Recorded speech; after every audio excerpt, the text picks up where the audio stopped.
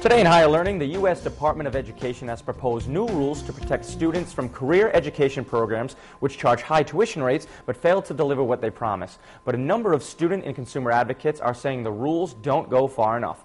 Here to talk about the issue is Peter Kerwin from the Rhode Island Higher Education Assistance Authority. Good morning, Peter. Good morning, Ben. So in the past, we've talked about these for-profit colleges. Is there any way the government can kind of reform some of these abuses, or are they getting involved right now? They are. They're starting to. What they've done is introduce rules and regulations at the Department of Ed to kind of address some of these issues. I mean, one of the big things you're seeing now in this economy is that a lot of students are looking for career education programs that are going to help them get a good job.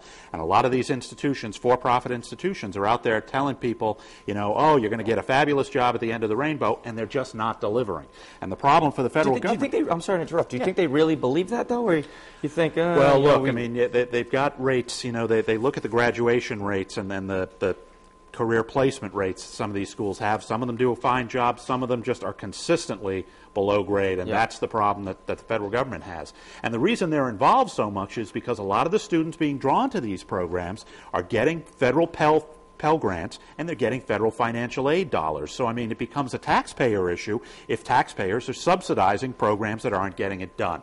I was going to say that's when it becomes a big issue. Yeah. Is when it starts affecting taxpayers, because whether or not you have kids or not, if it affects a taxpayer, it affects the taxpayer. Exactly, and you don't want to see them subsidizing programs that are deliberately over-promising and under-delivering. So, I mean, that's what's going on. And I mean, the Obama administration's jumped in and started to do some rules and regs. USA Today came out and praised them for beginning the process and recognizing the problem, but they basically said that the rules and regs proposed now are feeble, go too far in accommodating the industry, and you've got a coalition of student groups, consumer groups, higher ed officials trying to fix things.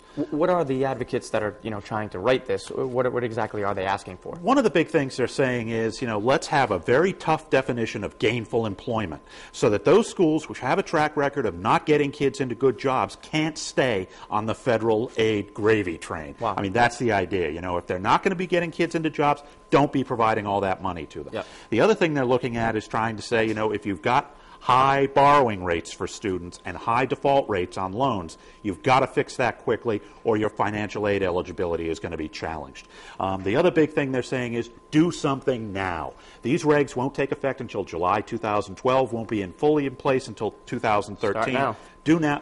You can tell students, if you know their schools that have a bad track record, let students know that so they can make informed choices when it comes time to pick a program. Very important stuff. Thanks so much, as always, Peter. No problem. Great job. For more information on this, just head over to the website, foxprovidence.com.